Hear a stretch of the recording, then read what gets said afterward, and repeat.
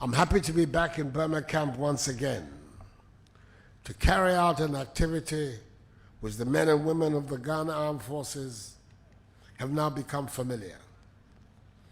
I was here on Thursday, 5th December 2019, and on Wednesday, 31st March 2021, to present to you some equipment to enhance your mobility, combat power, and overall operational and logistics capabilities.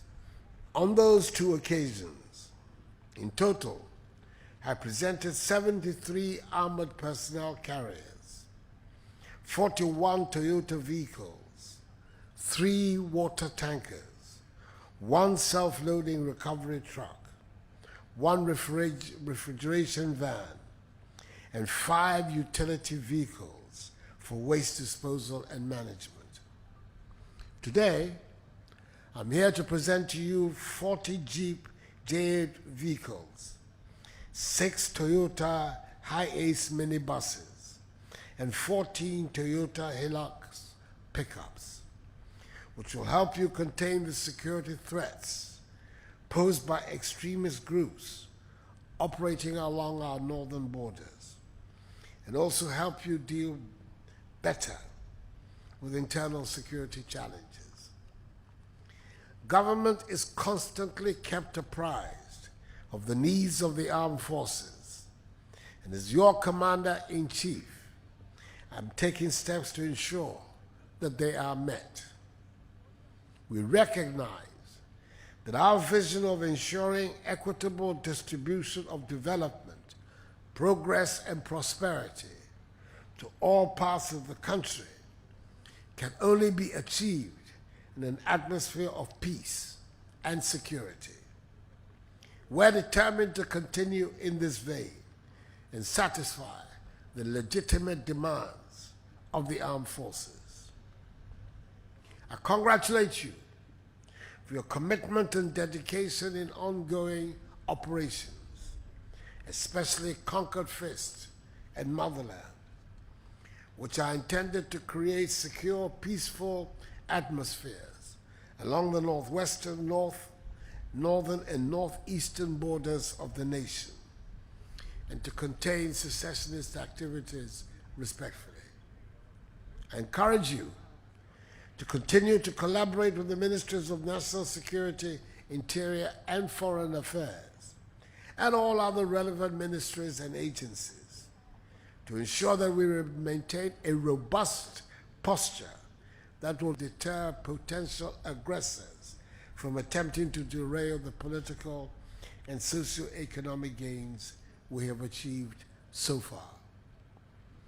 There is no doubt that your success in providing the needed all-round security in the country has been made possible through your vigilance and sacrifices, notwithstanding the modest resources with which you have to work.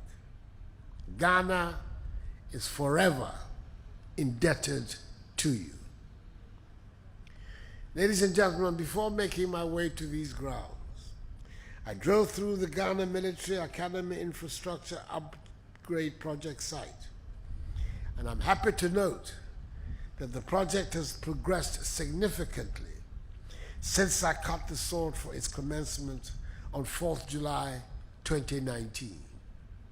The cadet mess, the square, and lecture rooms are completed. The administration block is some 95% complete, and the contractor is in the final stages of completing the external works.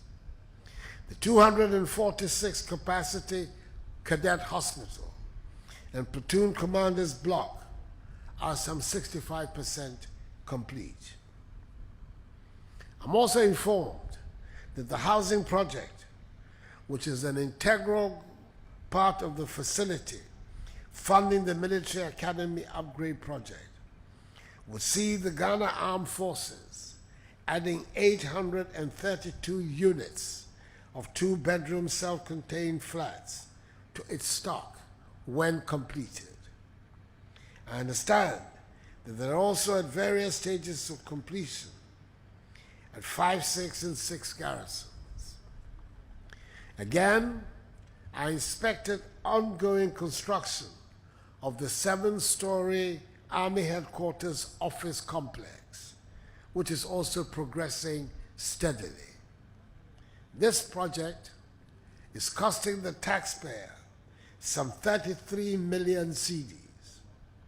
Undoubtedly, it will boost the image and morale of the Army, since the Air Force and the Navy already have very beautiful headquarters, and we cannot allow the Army to be left out. And finally, before I leave Burma Camp, I will cut the sword for the commencement of work on the $24.8 million United States dollars housing project for the troops. 40 half-compound houses will be built here at Burma Camp, 10 each at the Naval Base in Sekondi, the Air Force Base in Tamale, the 4th Infantry Battalion in Kumasi, and the 3rd Infantry Battalion in Sunyani. When completed, a total of 320 units would be added to the housing stock of the armed forces. As President of the Republic and Commander-in-Chief of the Armed Forces, I am fully aware that our economic development can only thrive in an atmosphere of peace and security. It will come at a cost and against other competing demands. These notwithstanding, we continue to make systematic efforts to address the logistical and housing needs of the armed forces. With the threat from the northern border not abating, we have endeavored and released funds last year to start retooling, reconstructing, and upgrading 15 forward operating bases and new units, including the 10 and 11 mechanized battalions, 154 armored regiment, and 155 armored regiment, and supporting logistics unit. All these efforts of retooling and providing the necessary housing units will enhance the state of preparedness of the armed forces. In conclusion, officers, men and women of the armed forces, I urge you to pay particular attention to the maintenance of these vehicles and also of the housing units as they come on board and use them for their intended purposes.